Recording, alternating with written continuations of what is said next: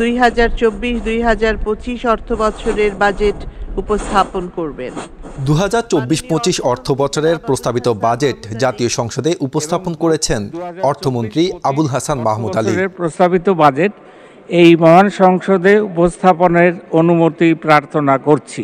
বৃহস্পতিবার বিকেল 3টায় জাতীয় সংসদ ভবনে স্পিকার শিরিন শারমিন চৌধুরীর সভাপতিত্বে বাজেট অধিবেশন শুরু হয়। পরে অর্থমন্ত্রী বাজেট উপস্থাপন শুরু করেন।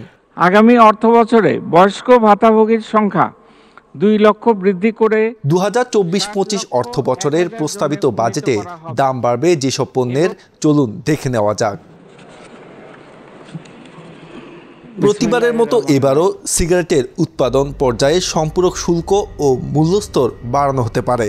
3 স্তরের সিগারেটে সম্পূরক শুল্ক 65.5% প্রস্তাব করা হয়েছে। ফলে সব ধরনের সিগারেটের দাম বাড়তে পারে। এছাড়া প্রতি 10 গ্রাম জর্দার সর্বোচ্চ খুচরা মূল্য 48 টাকা ও একই পরিমাণ গুলের মূল্য 25 টাকা প্রস্তাব করা হয়েছে। যাদের পান জর্দা খাওয়ার অভ্যাস আছে তাদের ব্যয় বাড়বে।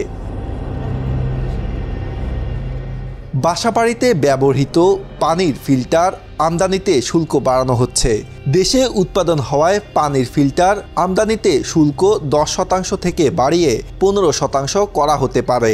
বিদ্যুৎ বিল সাশ্রয়ে অনেকে বাসায় এলইডি বাল্ব ব্যবহার করেন। এলইডি বাল্ব এবং এনার্জি সেভিং বাল্ব উৎপাদনের উপকরণ আমদানিতে শুল্ক 10% বাড়ানো হতে পারে। অপরদিকে কাজু বাদাম চাষকে সুরক্ষা দেওয়ার অংশ হিসেবে খোসা ছাড়ানো কাজু বাদাম আমদানিতে শুল্ক 5% থেকে বাড়িয়ে 10% করা হচ্ছে। ফলে আমদানি করা কাজু বাদামের দাম বাড়তে পারে। দেশে ফ্রিজ, এসি উৎপাদনে ব্যবহৃত কম্প্রেসার ও সব ধরনের উপকরণের ভ্যাট এবং শুল্ক বাড়ানো হচ্ছে। এই এসি ও ফ্রিজের দাম বাড়তে পারে। এলআরপিসি তার আমদানিতে শুল্ক বাড়ানো হতে পারে। এর ফলে নির্মাণ খাতে খরচ বাড়বে।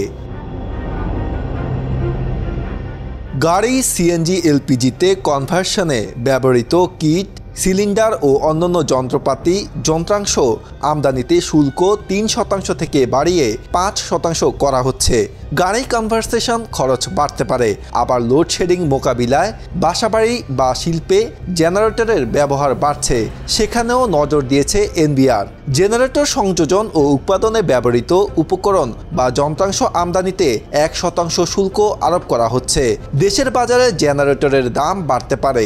বিদেশ থেকে আমদানি করা ম্যাকরেল মাছ আমদানিতে 15% ভ্যাট ও 5% অগ্রিম আয়কর যোগ করায় দাম বাড়তে পারে। শিল্পে ব্যবহৃত 33টি আইটেমের কাঁচামাল আমদানিতে 1% শুল্ক বসানো হচ্ছে।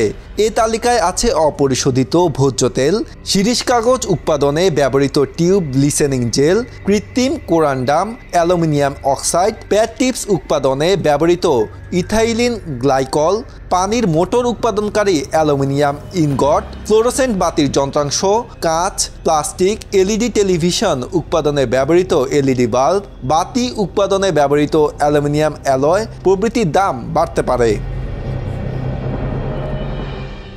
অর্থনৈতিক অঞ্চল ও হাইটেক পার্কে শিল্প প্রতিষ্ঠানের মূলধনী যন্ত্রাংশ ও নির্মাণ সামগ্রী আমদানিতে রিয়াতি সুবিধা প্রত্যাহার করে 1% শুল্ক বসানো হচ্ছে।